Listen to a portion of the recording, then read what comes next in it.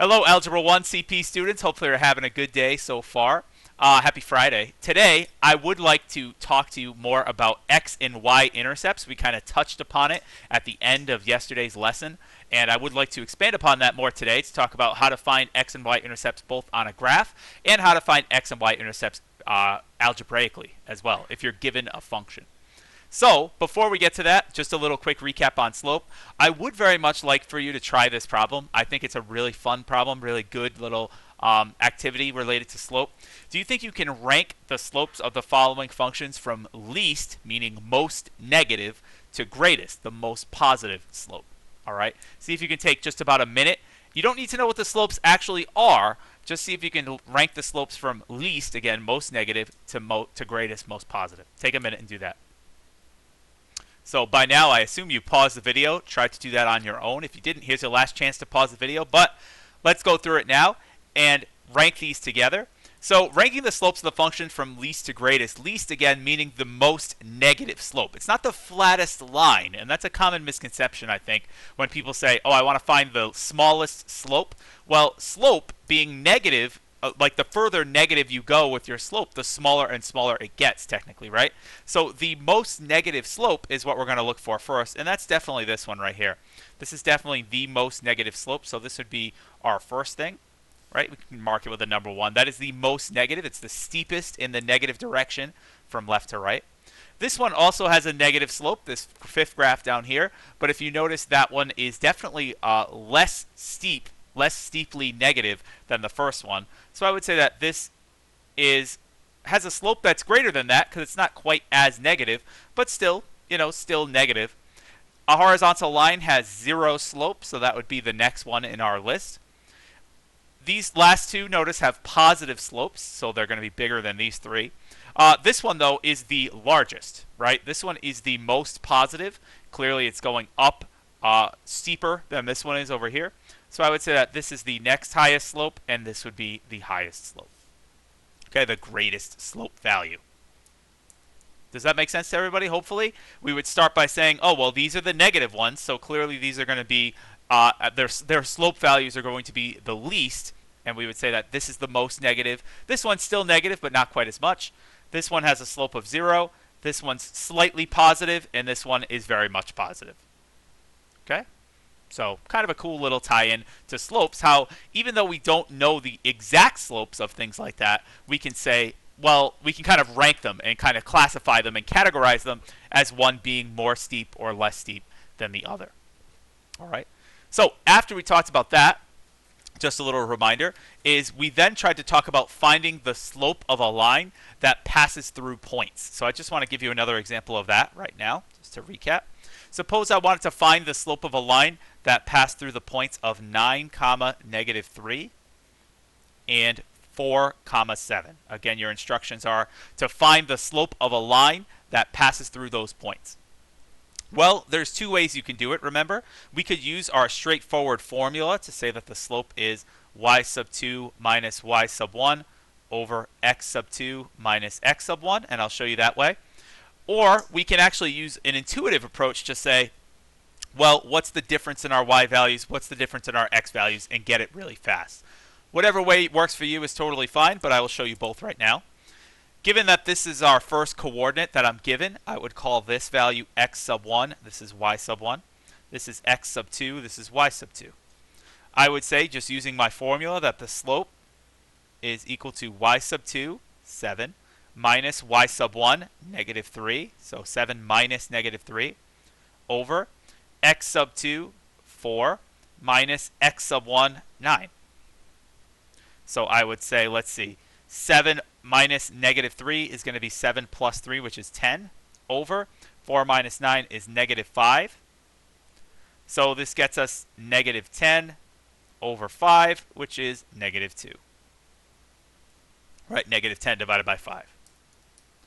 Likewise, in addition to using the formula, we could just use an intuitive approach. And we can say to ourselves, well, I know that the slope is the change in y over the change in x. So how did our y value change going from -3 to +7? Well, that's a change of +10, correct? How did our x value change going from 1 to 4. Or sorry, not 1, sorry, going from 9 to 4. How did our x value change going from 9 to 4? Well, it decreased by 5. So I would have a negative 5 down here. And then that would just give us our, pretty much the same thing we had and eventually give us our slope without doing the calculations. All right? So, good thing to think about. Either you do it intuitively or use the formula. Whatever approach works for you. I like the intuitive approach because I think it makes more sense to me of saying, how did we have to get from here to here? Like, what is our actual change in y and what is our actual change in x? But I know other people, math teachers included, that also just like a formula. They say, give me the formula. I want to plug into the formula and just go from there. Totally fine. Whatever approach works for you. Any questions on that? Hopefully we're okay. Moving on from there, what we then touched upon were talking about graphs. And we talked about how to actually find the slope and the x and y intercepts of a particular graph. So suppose we have this graph right here that I have prepared for you. How do I find the slope of the line on that graph? Well, I would say that the slope, remember, is equal to rise over run, and I'm misspelling it purposely. My kind of cheeky little trick is that rise spelled with a y reminds you that it has to do with the vertical. It has to do with up and down. You even hear that y sound, the rise over the run. And so pick any two nice points on this graph that seem to meet at nice integer values. For example, I could pick, let's say, this point and this point. We call those points that meet at nice integer values lattice points. You don't have to know that, but we call them lattice points because it looks like a lattice, the checkerboard of a graph does, and it meets right on those crosses. So I would say, well, what's my change in y?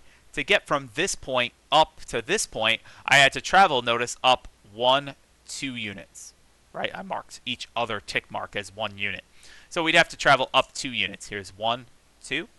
And to get from here to here, I'd have to travel how many units? Well, I'd have to travel 1 unit. And so I would say that my slope is my rise of 2 over my run of 1, and 2 divided by 1 is 2. All right, so that's how we'd find our slope. Just to remind you on the definitions, the x-intercept is the point at which the graph crosses the x-axis. And the x-axis is this horizontal one right here. The y-axis is the vertical one. So I would say, well, what's the point at which the graph crosses the x-intercept? It would be right here.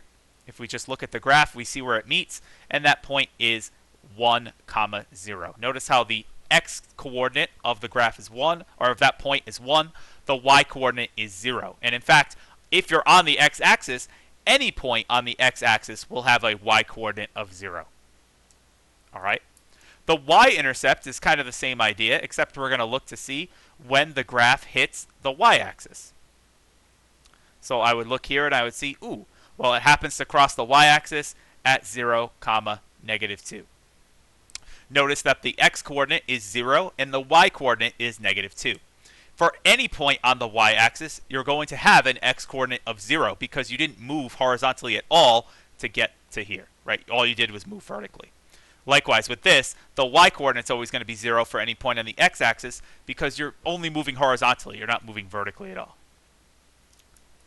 Hopefully what I just said makes sense because that last point is particularly important if we're now going to find our x and y intercepts algebraically versus given a function. All right? What I said, again, just to repeat it, is that if a point is on the x-axis, right, meaning it's an x-intercept of the graph, its y-coordinate is always going to be 0 because any point on the x-axis would mean you did not move vertically to get to there, right? All we had to do was move horizontally, not vertically. Likewise, the y-axis is kind of the opposite, where any point on the y-axis would have an x-coordinate of 0 because there's no horizontal movement required to get to here. So we translate that to an algebraic approach to say, suppose I have an equation that happens to represent a function. Y equals 2x minus 6. And we'll go next week much more in detail about how to actually sketch a graph of that and how to determine what that specifically looks like. But right now, I'm just telling you that's a function that I'm giving you. And I want you to find the x-intercepts and y-intercept of that. So find the x-intercept and y-intercept.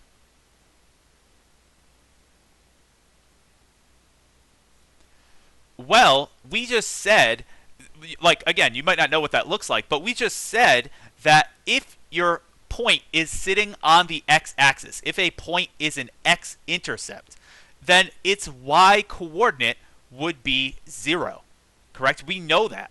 So if I have an equation that has y and x in it, and I'm trying to find the x-intercept, well, we know what that y value is going to be. We know the y value of the x-intercept is going to be 0 because you're sitting right on the x-axis. So I'm going to say here to find the x-intercept, what we want to do, since we know that y value will be 0, is I want to plug in 0 for y and solve for x. Because we know the y coordinate is 0, it's on the x-axis. So I would say to find the x-intercept, you can abbreviate that as xint, sometimes you see that.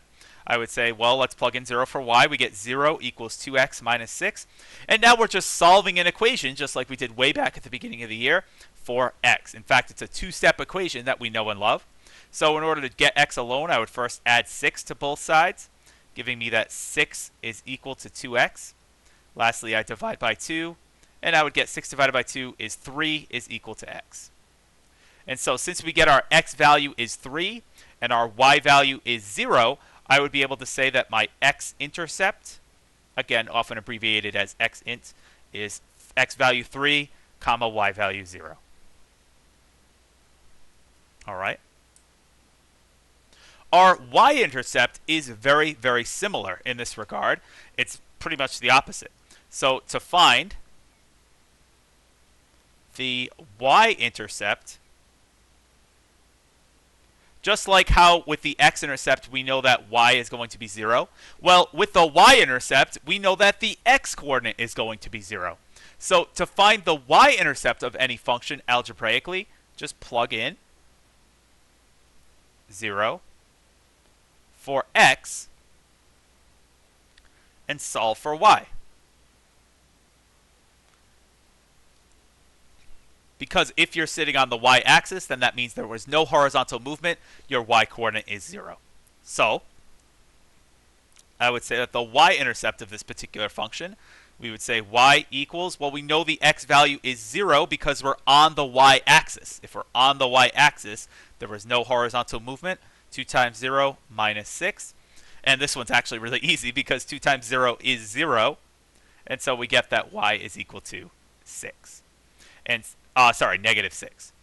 And since our x-coordinate was 0 and our y-coordinate is negative 6, our x value is 0, y value is negative 6, we would say that our y-intercept is at the point of 0, comma, negative 6. All right?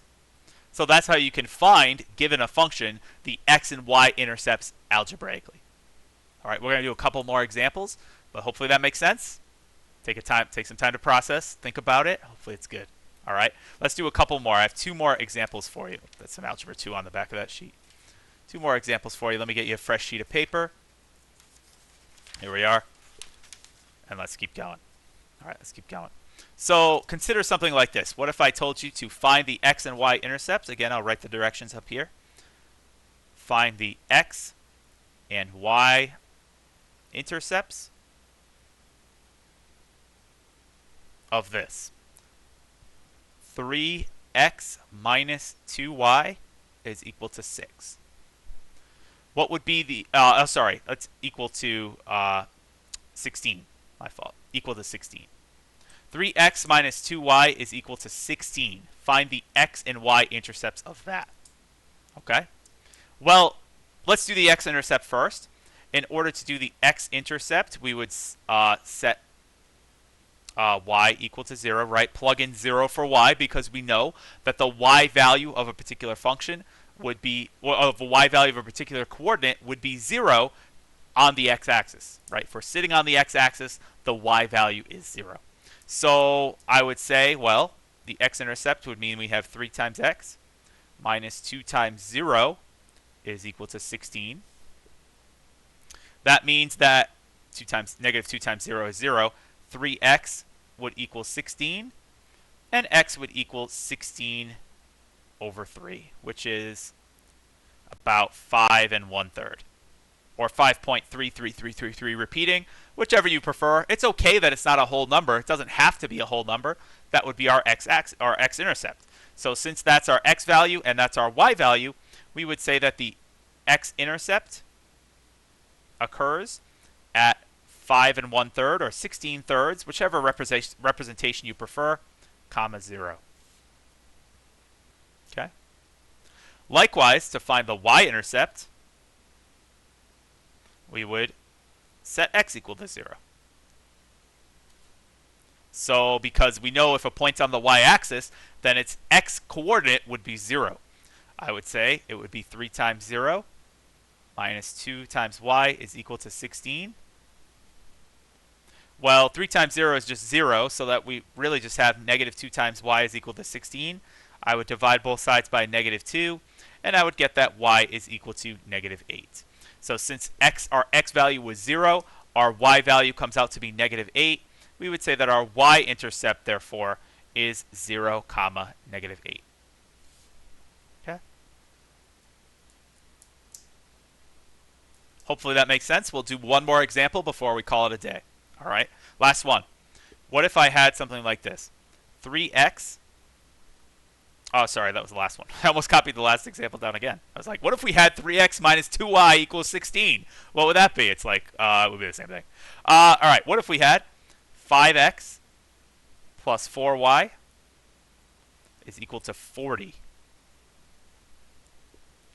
Trying to find the x and y intercepts of 5x plus 4y is equal to 40. Just like before, to find the x-intercept, I would set y equal to 0, or in other words, plug in 0 for y. And I would say, well, the x-intercept would be that 5x plus 4 times 0, because if a point is on the x-axis, it has y-coordinate 0, is equal to 40. That just tells us that 5x is equal to 40, because 4 times 0 is 0. Divide both sides by 5 to undo that multiplication, and you would get that our x value is 8. So since our y-coordinate was 0, our x-coordinate was 8, we would say that our x-intercept occurs at the point 8, comma 0. Right? X, comma y, always. All right?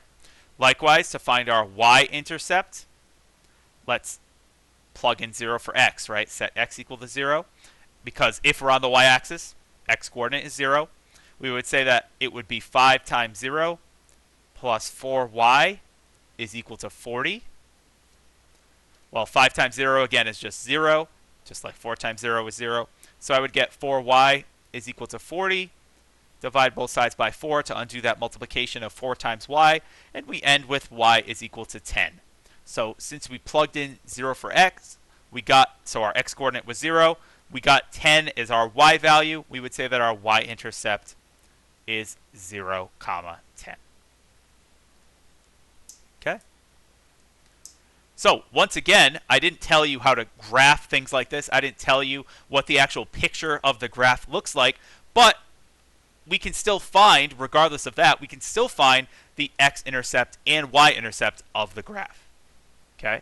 What we could actually do, and something that we're going to do, a little foreshadowing coming a couple classes from now, is if you know what the x-intercept and the y-intercept are, then you could just put them on the graph, put the x-intercept where it's supposed to be on the coordinate plane, put the y-intercept where it's supposed to be on the coordinate plane, and guess what?